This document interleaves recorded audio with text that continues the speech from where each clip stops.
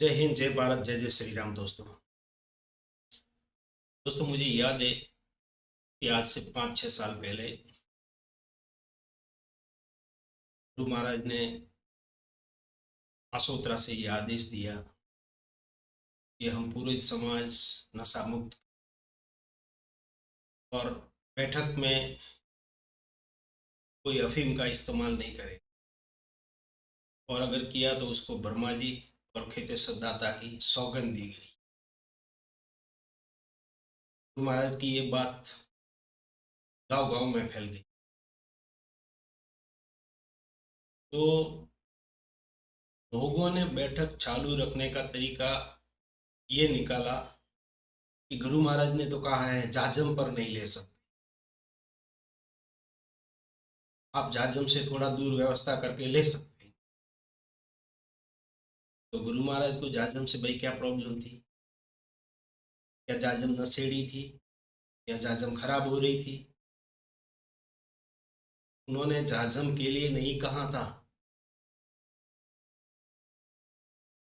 कहीं पर भी फंक्शन में आप साइड में अगर व्यवस्था करके लेते हैं तो जाजम पर लो या साइड में लो, बात तो वही हुई।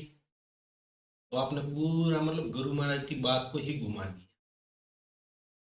तो कई सारे गांवों में गुरु महाराज के आदेश का पालन हुआ, कई सारे गांवों ने बंद किया। लेकिन 50% अभी भी ऐसे गांव है जहां पर मौत होती है, शादी होती है, बैठक में बड़े पैमाने में एक चीज का इस्तेमाल किया जाता है। जब कुछ युवा इसे बंद करने की बात करते हैं तो भाई 2-3 घंटा हम लोग बैठे बैठे क्या करें, कुछ न कुछ तो होना चाहिए बैठक का जरिया। भाई आप एक बार नाश्ता रख लो, चाय रख लो, जो भी शरीर के लिए अच्छी चीज हो उसको चालू कर दो। आप आए, आधा घंटा बैठे, आपके पास नाश्ता पहुंच गया, आपने नाश्ता किया या फिर काउंटर पे जाके आपने नाश्ता कर लिया, पानी वानी पिया, कोई जूस की व्यवस्था रखो, जूस पिया, फिर बैठे, टाइम पास तो हो जाता है। और टाइम पास करने के लिए नशीले पदार्थ का ही इस्तेमाल करना जरूरी नहीं होता है। दोस्तों मैं एक कहानी सुनाता हूँ आपको। एक भला आदमी था, समाज का बड़ा मान सम्मान करता, लेकिन वो नशीले पदार्थ का किसी भी चीज का इस्तेमाल नहीं करता था। लेकिन कभी भी कोई भी समाज का फंक्शन होता था तो कोई उसके जान पहचान वाले अच्छे मित्र रहते थे, उनको वो लोटा लेके जो बैठक में होता है वो देता था। नशीला पदार्थ अफीम कहीं कहीं होता है। तो कुछ लोगों ने देखा कि यार ये खुद तो लेता नहीं है, दूसरों को देते रहता है, तो अब ये तो आदत लगाएगा नहीं। तो उन लोगों ने उसको नजर में लिया ना, उसके लड़के को अफीम का आदी बनाया, और इतना खतरनाक बनाया ना कि उसके पिताजी ने जितना समाज के लिए सेवा की थी उसको मतलब अंदर से अफसोस होने लगा। तो मेरे कहने का मतलब ये है कि बहुत सारे चीज लोग हैं ना, वो दुश्मनी निकालने के लिए, या भी कोई परिवार ऊपर आ रहा है, कोई लड़का अच्छा कमा रहा है और पड़ोस में गरीब है, यार मैं तो गरीब रह गया, ये बहुत ऊपर जा रहा है, क्या करूं मैं इसका। तो वो 2-4 जन को बुला के उसके घर पे 5-6 दिन बैठक चालू कर देगा।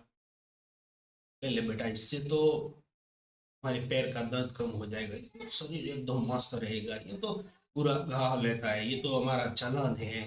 तो इस तरह कसम दे के, झूठी बातें करके उसको थोड़ा थोड़ा खिलाना चालू कर दे। और फिर ये नशा इतना खतरनाक है ना दोस्तों, अगर आप 4-5 दिन ले लोगे ना, तो छठे सातवें दिन तो आपके दिमाग में छम छम छम छम करने लगेगा। मैं क्यों कह रहा हूँ, मैंने कई बार लिया है इसको। जब मैं बैठक में जाता था मैंने कई बार लिया है। हालांकि मैं बाहर रहता हूँ तो मुझ पे इसका ज़्यादा असर हुआ नहीं, लेकिन फिर जितनी तकलीफ मैं सहता था, तो मुझे लगा कि यार ये तो आने वाली पीढ़ी के लिए बर्बादी का रास्ता है। तो मैंने बहुत कोशिशें की कि इस चीज़ को मैं बंद करवाऊँ, और कई जगह पर मैं कामयाब भी हुआ। लेकिन अभी भी आधे से ज़्यादा ऐसे गाँव हैं जो बंद नहीं कर रहे। देखिए, आने वाला कल बहुत खराब आने वाला है। कि शादी समारोह में, प्रोग्राम में सरकार हस्तक्षेप करे, बाधा डाले, इससे पहले इस चीज़ से दूर हो जाओ। आपको दिखाया जाता है कि ये जमीन में उगती है और देसी चीज है, तो ऐसा बिल्कुल नहीं है। एक्सपायर्ड डेट की गोलियां डाली जाती है इसमें, नशीले पदार्थ मिक्स किए जाते हैं। चोरी छुपे अगर 1 किलो अफीम कहीं से निकल रहा है, तो इसका 8 से 10 किलो बन जाता है आते आते दोस्तों।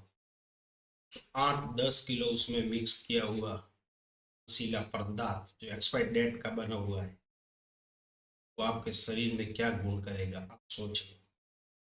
आप आने वाले बच्चों के लिए कुछ तो ऐसा करके जाओ जो आने वाली पीढ़ी आपको याद करे, और मरने के बाद भगवान भी जब आपकी आत्मा ऊपर जाए तो शाबाशी दे। देखिए, जिंदगी तो कुत्ते भी जीते, फिर उनमें और हम में क्या फर्क रह गया। अब मेरी बात कड़वी है, कुछ लोगों को दर्द भी होगा, बहुत गहरा दर्द होगा, गुस्सा भी करेंगे मुझे, मुझे कोई फर्क नहीं पड़ता। अगर मैं अच्छा करते हुए निकल भी जाता हूँ ना, तो मुझे गम नहीं है। लेकिन समाज के बंधु जो युवा है ना, उनको आगे आना चाहिए। आपके पड़ोस का गांव नशा मुक्त हो चुका है और आपके गांव में क्यों नहीं हो रहा है? क्या आप इतने कमजोर हो? आप इतने लाचार हो, इतने बेबस हो? या फिर आप उनसे कम हो? या आपकी चलती नहीं है? पूरे गांव में नहीं हो सकता है तो आप अपने समाज में तो करो।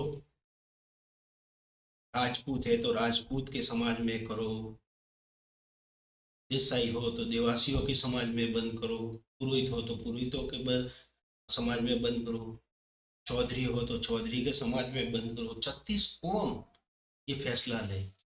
मैं दलित भाइयों से भी निवेदन करता हूँ, बाबा साहब आम्बेडकर ने ये संविधान आपके भविष्य के लिए लिखा था, कि आपकी आने वाली पीढ़ी ऊपर आए। आज बड़े बड़े लोग जो मकान बनाते हैं, बिल्डिंगों में काम करते हैं, जब शाम को उनको थकान होती है, तो वो ऐसे लोगों के संपर्क में आ ही जाते हैं। पहले तेरी थकान दूर हो जाएगी, कि भाई तू तो मर रहा है, उसको क्यों मार रहा है? उसको पता है कि आज मैं दूंगा, कल ये मुझे देने वाला है। तो दोस्तों, ये बहुत गहरी चिंता है राजस्थान में। देखिए, किसी की भी शादी रहती है, किसी का भी प्रोग्राम रहता है, उसमें कानून बाधा नहीं डाल सकता। कानून को पता है कहीं ना कहीं, लेकिन इतना बड़ा जो इवेंट आपने रखा है उसको वो सरकार खराब नहीं करना चाहती। सरकार हर प्लेटफॉर्म के जरिए संदेशा दे रही है कि अगर आप नशीले पदार्थ कहीं भी देखते हैं तो इस नंबर पर संपर्क करो। हालांकि अभी तो लोग शर्म के मारे नहीं करते, लेकिन एक वक्त ऐसा आएगा जब खुले आम, और ऐसे में आपके घर पे पुलिस आएगी, आपको अच्छा लगेगा? मेरे घर पे पुलिस आएगी, क्या मेरे को अच्छा लगेगा? और ये जो अफीम, ड्रग, चरस, गांजा, अफीम, जितने भी, मुझे तो इतना नाम भी नहीं आते, लेकिन आपको पता है कि जब ये हमारे राजस्थान में आती है, पंजाब में आती है बड़े पैमाने पर, तो पूरी की पूरी हिंदुस्तान में नहीं बनती है, नहीं पैदा होती है, क्योंकि यहाँ पर अलाउड ही नहीं है। वो बॉर्डर के जरिए आती है, आपका पैसा आतंकवादियों के पास जाता है, तो हमारे ही सैनिक बॉर्डर पे खड़े हैं, उनको मारा जाता है। तो आप खुद ही देश को बर्बाद कर रहे हो। आपका क्या सहयोग क्या है देश को लेकर? जब आप समाज के नहीं हुए तो देश के क्या होंगे आप? आइए, इस मुहिम में जुड़िए। और अगर पूरा गांव नहीं मानता है तो आपके समाज में तो आप बंद ही कर दो। घंटा भी फर्क नहीं पड़ना है। जो आपकी आपका हमदर्द है, आपका मित्र है, जो आपका संबंधी है, वो तो आपके घर आना ही आना है। साला जब अफीम खाने के लिए आता है तो क्यों आना उसका? वो आए या ना आए क्या फर्क पड़ता है? वो अफीम के मकसद से ही आपके घर पे आ रहा है तो उसके आने ना आने से क्या फर्क पड़ता है? अगर आपको दुख हुआ है और मुझे दर्द हो रहा है, मेरे भाई को, मेरे संबंधी को दर्द हुआ है, उसके दर्द में मैं भागीदार बनूं तो मुझे अफीम की क्या जरूरत है? मैं जाऊंगा, उसे दिलासा दूंगा, बैठूंगा उसके पास। तो ये सब झूठी बातें हैं। ये रजवाड़ों की शान है, सदियों की परंपरा है। समाज को बर्बाद करने का एक जरिया है और कुछ भी नहीं है दोस्तों।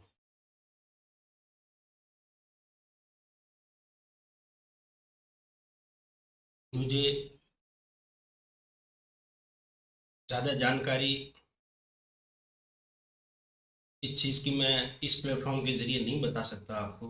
बाकी ये इतना गहरा अपनी जड़ें बना चुका है ना, इसकी कोई सीमा नहीं है। आपको सीरियस होकर सोचने की जरूरत। जय हिंद, जय भारत, जय श्री राम, जय दादा, जय राजा राम जी, 33 कोटि देव, जय जय श्री राम।